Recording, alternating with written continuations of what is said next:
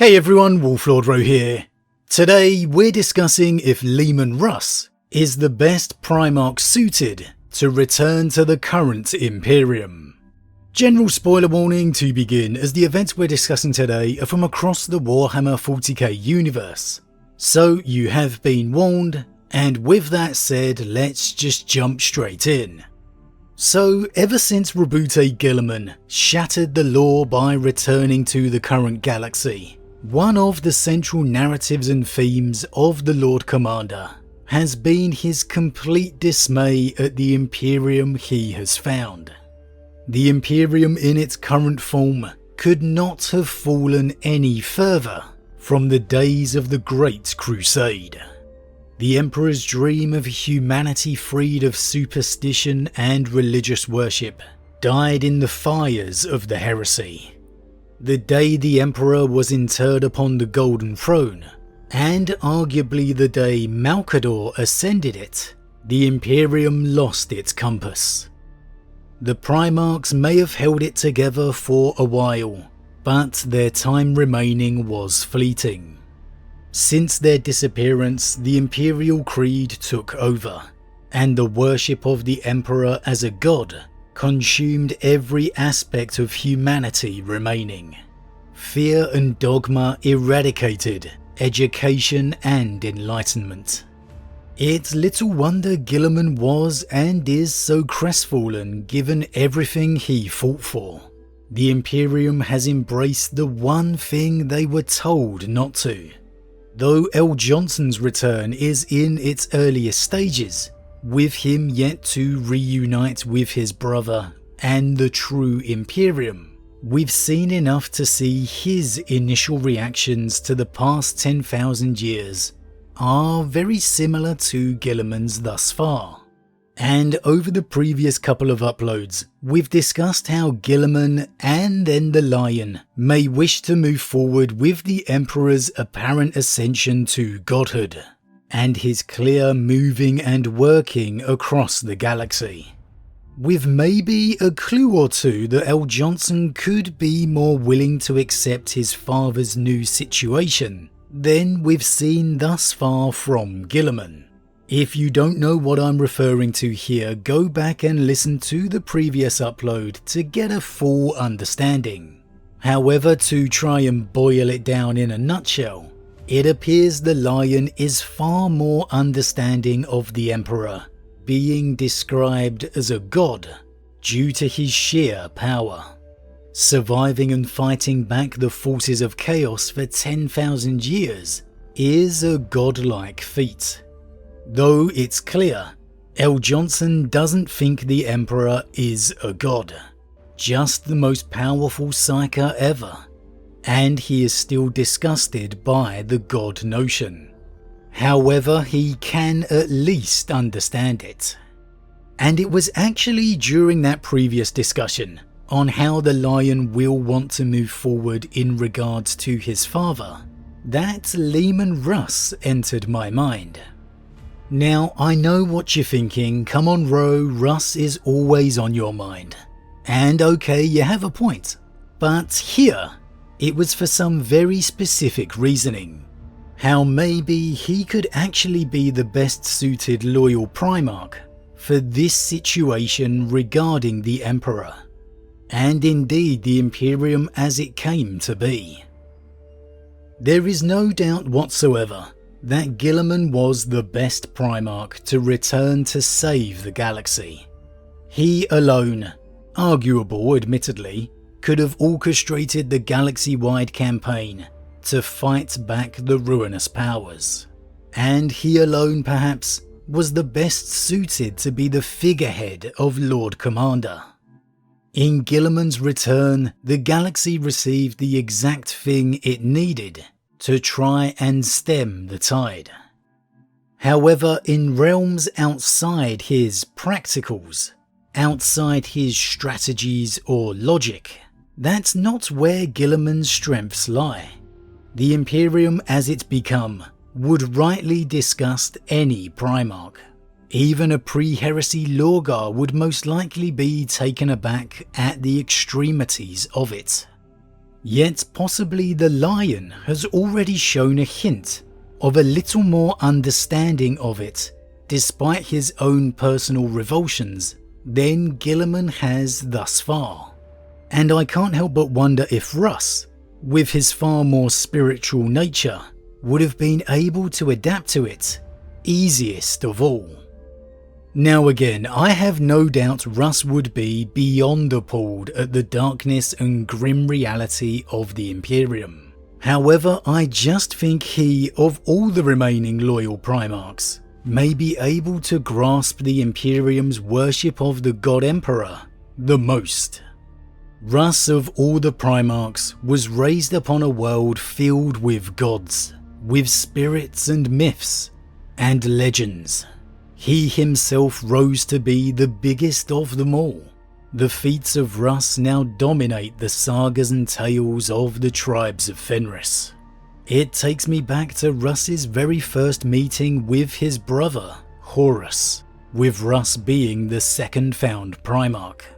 And this took place within the novel Wolfsbane by Guy Haley. Still to this day one of, if not my, absolute favourite novel of all time. In this very first conversation, the brothers briefly discussed the topic of the Imperial truth and fate. When Horus asked the savage Russ if he agreed with the Emperor's aims to conquer the galaxy, to unify mankind, Leman simply remarked it was in his weird, or fate as best he could translate it. And so Horus here tells Russ they don't believe in fate, the Imperial truth, asking Russ if he believes that. And Russ's response perfectly encapsulated the nature of Fenris, saying when the gods come from the sky and tell you there are no gods, it takes some time to figure out what you believe, and that essentially anyone who goes against the truth of their own world is a fool. And it ends with Horus telling him he'll see sense and change his mind, that their father for all his power is still just a man. But I think this little conversation is a great way of highlighting how Russ, of all the loyal Primarchs, could be more understanding of the Imperium's worship of their father. No, Russ doesn't believe his father is a god, but he does very much retain his beliefs of weirds and fate, and afterlives. Russ's character and persona as the Barbarian King is a carefully constructed mask, able to be risen and dropped at a whim. However, he very much does believe in the powers and aspects of Fenrisian culture. He believes in his weird, his fate, in defiance of the Imperial truth, because it's the truth of his world. He believes in the afterlife. His famous quote of the Wolf Time is entirely about breaking whatever barriers death may have. Listen closely, brothers. There shall come a time far from now, when the chapter itself is dying, and our foes shall gather to destroy us. Then, my sons, I shall listen for your call, in whatever realm of death holds me, and come I shall, no matter what the laws of life and death forbid. At the end, I will be there, for the final battle, for the Wolf Time.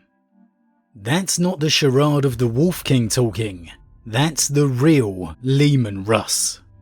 So some of Russ's own beliefs, in typical Space Wolf fashion, are in contradiction to that of the Imperium he serves. Now, Russ can be a huge hypocrite, decrying others while all the while believing the same or similar things, simply classing his as different because it's Fenris related. So this by no means ensures he'd be more accepting of the Imperium's worship of his father. However, I think it does lean towards him at least being the most able to understand it. Again, he can admittedly be a hypocrite, But in finding a galaxy so different from the one he left, maybe he'd be able to be more accepting. And I think also Russ's own experiences with his father could also leave him more able to accept his father's current situation, his seeming ascension and actions across the galaxy. Russ was always fiercely loyal to his father, described by Leman as loyal in a way it shamed all his fellow brothers, so that obviously would never be in doubt. Yet Russ has also conversed with his father post his ascension to the Golden Throne, within a dream. It's a moment we've discussed several times previously. Upon returning to Terra in the aftermath of the siege, Russ was so distraught at the sight of his father upon the throne, he fled into the depths of the palace in grief, eventually passing out into slumber. And there, within his sleep, the Emperor would speak to Russ within a dream, as they wandered together the snows of Fenris, informing his son that it's now his duty to protect the Imperium. And then, perhaps more famously, Russ's own disappearance, appearing to receive or be overcome by a vision of some kind before announcing his departure, which is highly believed to be a vision from the Emperor. Indeed, we have seen Constantine Valdor receive a vision himself, which for me is just further confirmation. So Leman Russ for me is most certainly accustomed to the Emperor acting outside the orthodox behaviour, if you will, appearing and conversing in dreams, sending him visions. That's not too dissimilar to some of the actions named to the God Emperor now. So I really don't think Russ would be too taken aback at all to hear of his father acting out across the galaxy. Some of the methods maybe, such as the possession of saints, but possessing and healing Leman, sending out visions, I don't think that would be too incredulous a shock for Russ. And I certainly don't think there'd be any debate in his mind, but to help his father. Again, you never know with Russ. It's one rule for Fenris and another for everyone else. But out of all the loyal Primarchs who could perhaps return to this galaxy and be most prepared for what's become of their father, who could be most ready to act how the Emperor needed them to, for me it could well be Leman Russ. And maybe that's why it was Russ who was sent for the Tree of Life, the means to heal the Emperor. But as always everyone, what do you think? Like me, do you feel Russ may be the best suited loyal Primarch to return to the current galaxy? That yes, he may be disgusted at what's become of the Imperium around him, but he, more than his fellow brothers, may be able to understand the worship of his father, at least in some sense. And when it comes to the Emperor in particular, Russ, again of all his fellow brothers, may be more accustomed to the Emperor acting in unexpected ways. With Russ perhaps being dispatched by the Emperor on his quest into the Eye of Terror, could it actually be a sign Russ has been working under the God Emperor's guidance since his departure? As always everyone, leave your thoughts in the comments below. Huge thank you to all my subscribers, your support truly means a lot to me, it really does. If you're new, please consider subscribing to help the channel grow. And if you enjoyed this particular vid, then why not drop a like on it too. But with that said, I am off, and I'll see you all again real soon.